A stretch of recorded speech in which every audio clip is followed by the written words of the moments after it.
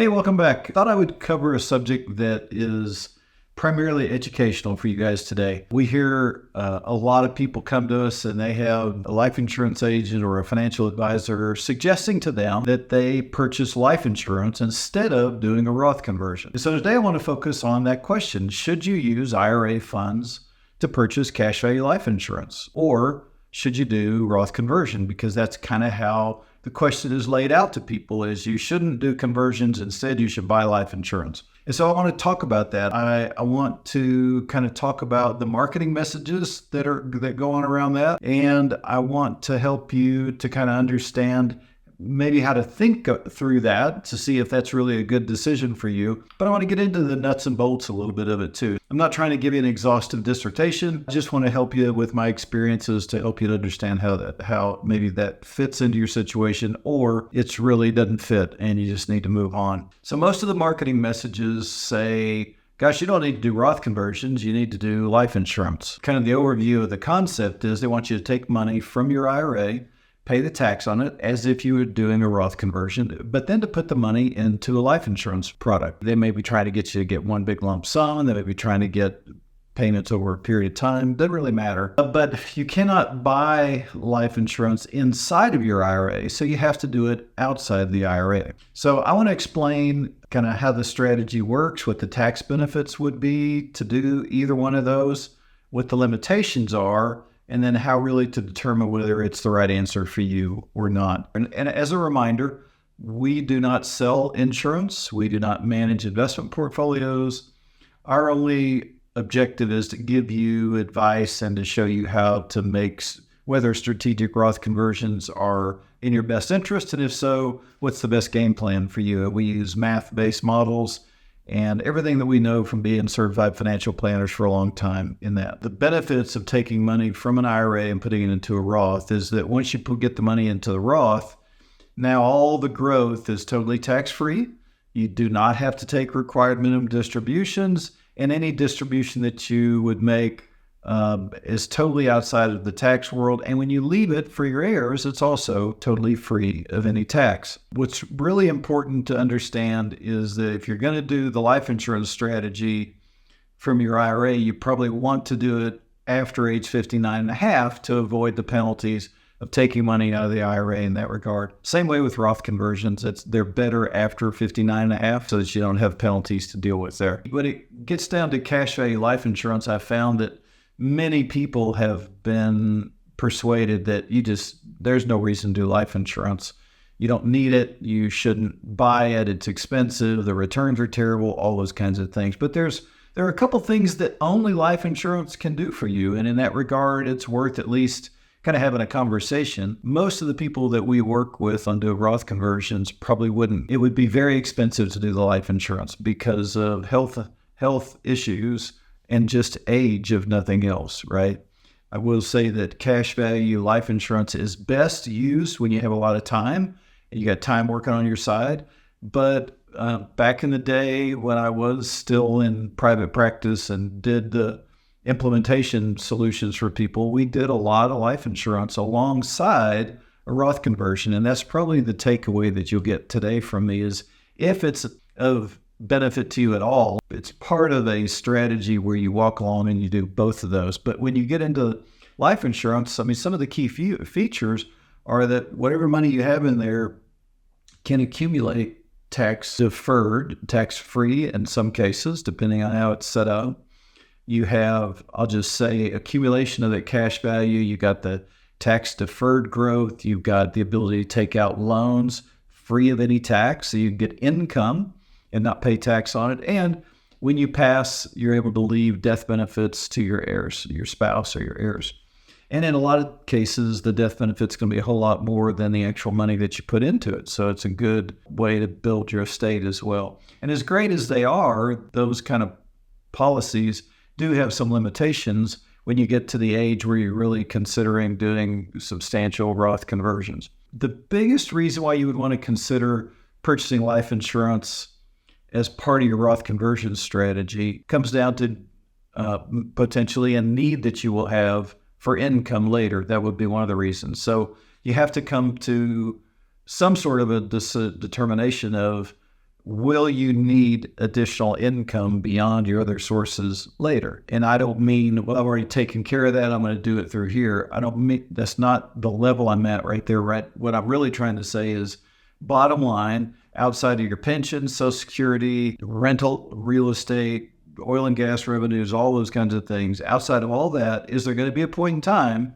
where you're going to need money from your investment portfolio? And if the answer to that is yes, you should at least now let's start talking about, well, will life insurance, is that a best option for me or not?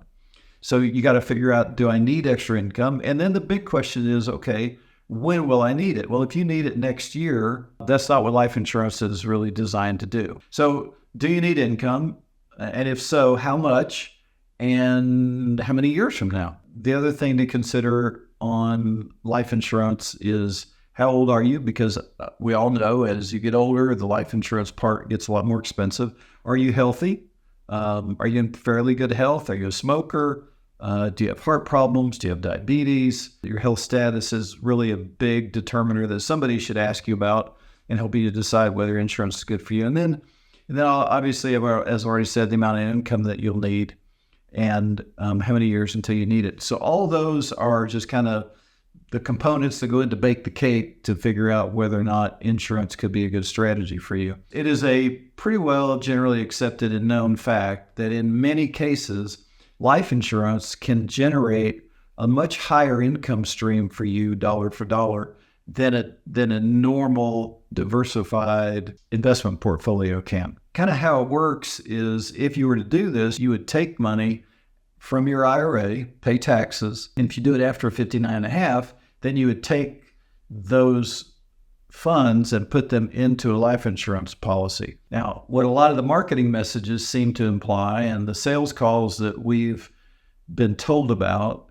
are that if you're going to convert $100,000 out of your IRA, they want you to put the $100,000 every year for 5 years or 7 years, whatever the case is, into life insurance. And in my opinion, for most people, that's a bad idea, because you're taking something that was fairly accessible and liquid, and now you're putting it into a different, totally different state where you can't go get all the cash. You're going to have surrender charges. You're going to have life insurance costs going into it. So just purchasing based on the benefits, pay it based on the features, is not the right way to do it. You have to really get a good comprehensive financial plan together to understand whether it works for you and to what degree, and I'll get into some more of that stuff in just a minute. That's really as simple as it is instead of converting it and putting it into Roth, you'd take money and you'd put over into the life insurance product. So the benefits, though, of doing that, if you did that, would be at some point down the road, you turn on these tax-free loans. And so now the cash value becomes available to you in the way of tax-free loans. The Roth provides income totally tax-free also, but in the cash value life insurance, you typically can get a lot more income per dollar that has gone on. Now, there are prices that you have to pay for it, illiquidity being one of those, right? One of the other benefits would be, from an estate planning standpoint, whenever you die, all those benefits go directly to your heirs, totally tax-free. And typically, the amount of death benefits are going to be greater than the amount of cash value that you put into the policy, which is just kind of the way insurance works, right? You can take loans and withdrawals from the cash value if you put it over there. In the early years, though, there are limitations, there are surrender periods, all kinds of those kinds of things that you really need to kind of be aware of. Part of the bottom line to me is that if you have an income need later, which is one of the reasons, then you should consider it as a possibility to look into depending on your health and your age.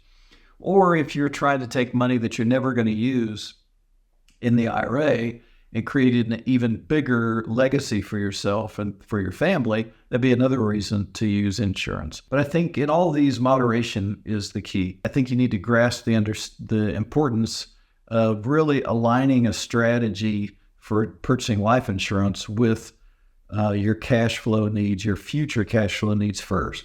And get a detailed financial blueprint designed for you that helps you to see the impact of inflation and taxes on your conversion and on your income needs and all those kinds of things. That's really the best place to start. The This is not an all or none decision of life insurance or not, or even annuities or not. Any advisor / agent that would put all your money into an annuity or into a cash value life insurance is somebody that you need to report to the State Bar Association for the insurance examiners rather, and probably need to really see if they ethically are doing what's in your best interest for that. Part of this is really more of a long-term planning solution for you. You want to make sure that the policy that you would get is going to fit your overall retirement and financial plan. And that's the first place to start. Consult with a good certified financial planner that focuses on doing financial planning like our guys do. And it's probably not your investment guy, although it might be your investment person. If they also do and charge fees for financial planning, probably is not your CPA. They normally don't have the tools to be able to kind of put all these pieces together for you. Some do, but most of them don't. That's not what their career is, what they've chosen to do. So real quickly, let's just kind of hit the pros and the cons. So the pros of doing the cash value life insurance alongside a Roth conversion is you got tax-deferred growth, you get tax-free withdrawals through these loans. You got to structure it properly to do all that stuff.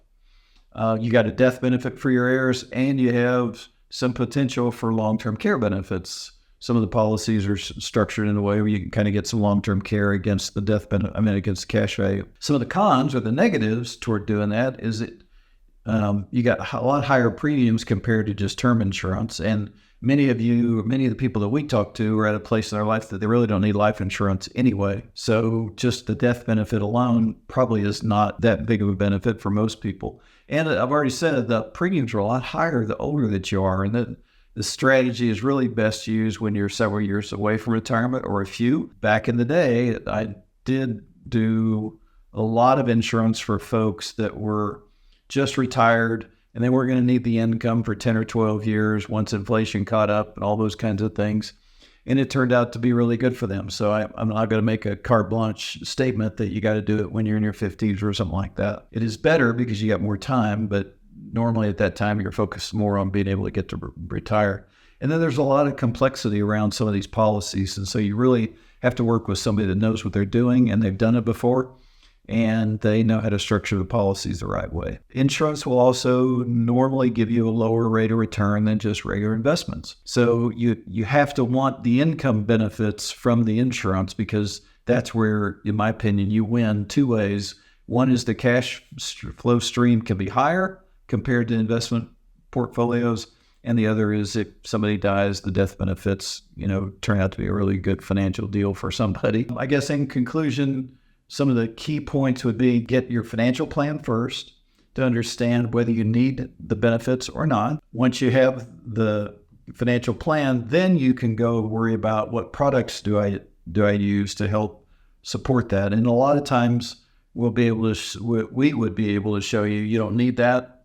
You don't need the policy. You need to go do something else with it. Or if you do need it, how big you need, as opposed to some commissionable agent just trying to sell you as much as they can sell you. And with all good, they probably had good intentions, right? Thank you guys for watching. Like, subscribe, and new information is coming out all the time on that. Look forward to seeing you around the next time. Take care.